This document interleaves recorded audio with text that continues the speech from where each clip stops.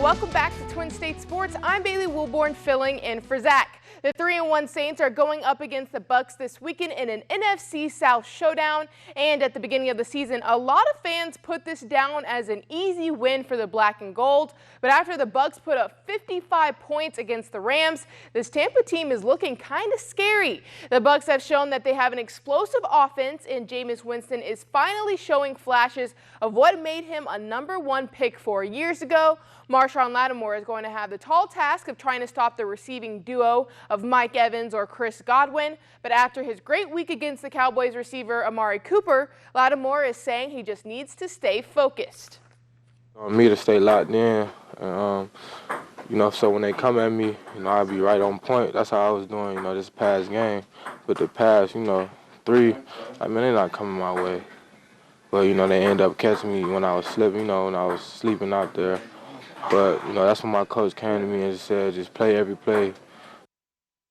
Pelicans guard Lonzo Ball and his father LeVar have been countersued by their former business partner Alan Foster for fraudulent concealment and breach of contract. Foster alleges that LeVar embezzled more than $2 million from the Big Baller brand to fund their extravagant lifestyle. Foster also says that he just wants to clear the record straight and clear his name because back in April, Lonzo filed a suit saying that Foster embezzled more than $2 million and used those funds for his personal use.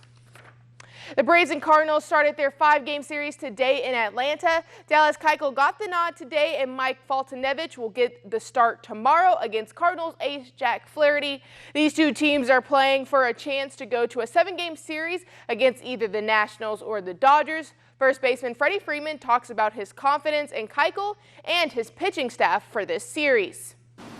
We have a lot of confidence. We have a lot of confidence in all our guys in this series. Everyone's been pitching really good going into the end of the season. But when you have Dallas, who was our big guy that we got during the season, and how he pitched for us going down the stretch, and what his experience in the postseason, I don't think anybody else has any kind of less confidence in a guy like that.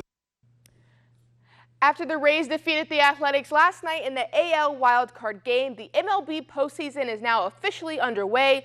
Even though the A's out-hit the Rays, they just couldn't get that many runs on the board as the Rays were able to win comfortably 5-1. The A's have now lost 9 straight winner-take-all games. That's the longest streak in MLB history. Once all the celebrating wears off for Tampa, they are going to have to face the Houston Astros.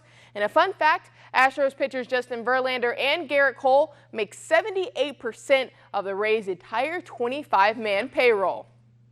America's top sprinters return to the track this weekend. The World Track and Field Championships from Doha, Qatar wraps up this weekend with a focus on speed. Some of the top U.S. athletes scheduled to compete include Christian Coleman, Noah Lyles, and Allison Felix. Earlier this week, Felix broke Usain Bolt's record with her 12th gold at the World Championships and will look to add to that total this weekend when she competes in the women's 4x400 relay. You can see all the action Saturday starting at 1:30 p.m. and Sunday at 11.